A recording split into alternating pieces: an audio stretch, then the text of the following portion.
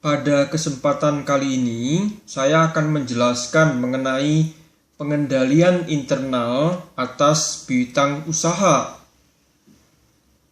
Prinsip-prinsip pengendalian internal yang telah saya bahas dalam video sebelumnya dapat digunakan sebagai dasar dalam penetapan pengendalian atas piutang usaha.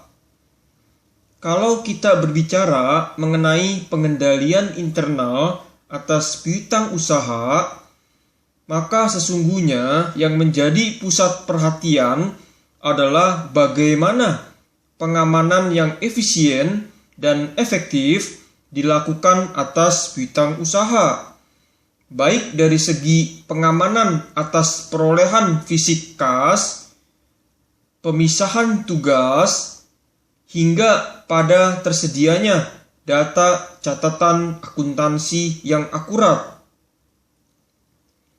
Setiap pengajuan kredit yang dilakukan oleh calon pembeli haruslah diuji atau dievaluasi terlebih dahulu kelayakan kreditnya. Bagian penjualan tidak boleh merangkap bagian kredit. Persetujuan pemberian kredit hanya boleh dilakukan oleh manajer kredit.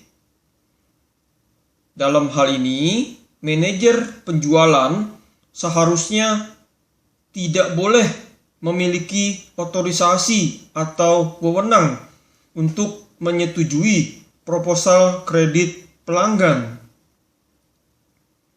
Apabila bagian penjualan merangkap bagian kredit, maka dikhawatirkan seluruh proposal kredit yang diajukan oleh calon pembeli akan langsung disetujui tanpa adanya evaluasi terlebih dahulu.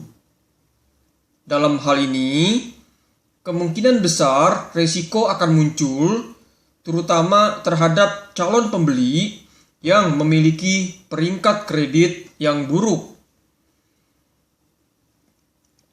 Dalam praktek, ketiadaan pemisahan tugas antara fungsi penjualan dengan fungsi kredit, ditambah lagi dengan kurang tepatnya dasar penghitungan komisi, seringkali menimbulkan peluang terhadap terjadinya tindakan kecurangan.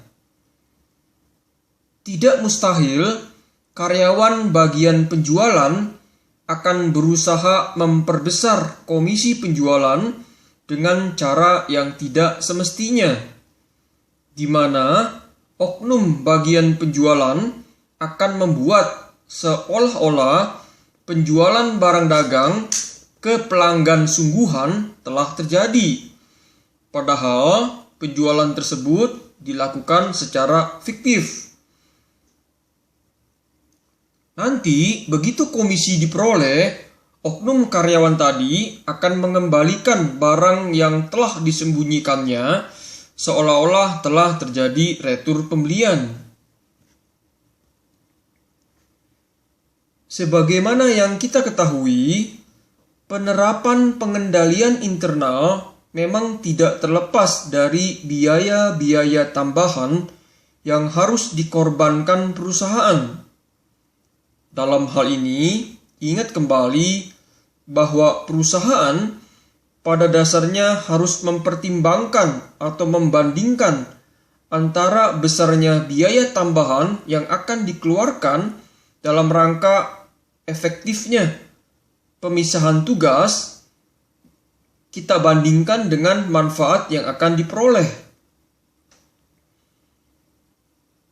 Atas dasar pertimbangan cost dan benefit ini, apabila perusahaan ternyata pada akhirnya lebih memilih untuk merangkap kedua fungsi, yaitu antara fungsi persetujuan kredit dengan fungsi penjualan, maka sebaiknya dasar penghitungan komisi harus berdasarkan pada tingkat kolektibilitas piutang bukan berdasarkan pada besarnya omset penjualan. Artinya, komisi penjualan akan dihitung berdasarkan pada besarnya piutang usaha yang telah berhasil ditagih atau dikonversi menjadi uang kas. Akan tetapi, secara normatif, jika kita berbicara mengenai pemisahan tugas dalam kaitannya dengan pengendalian internal atas piutang usaha, maka harus adanya pemisahan fungsi antara bagian persetujuan kredit, bagian penjualan, bagian pencatatan atau akuntansi, dan bagian penagihan. Fungsi persetujuan kredit dan fungsi pembukuan dalam hal ini memegang peranan sebagai pengecek keabsahan penjualan. Karyawan yang menangani pencatatan piutang usaha juga tidak boleh ikut terlibat dalam aktivitas penagihan piutang.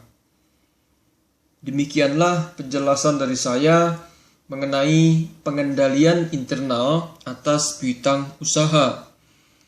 Semoga dapat bermanfaat. Salam sukses.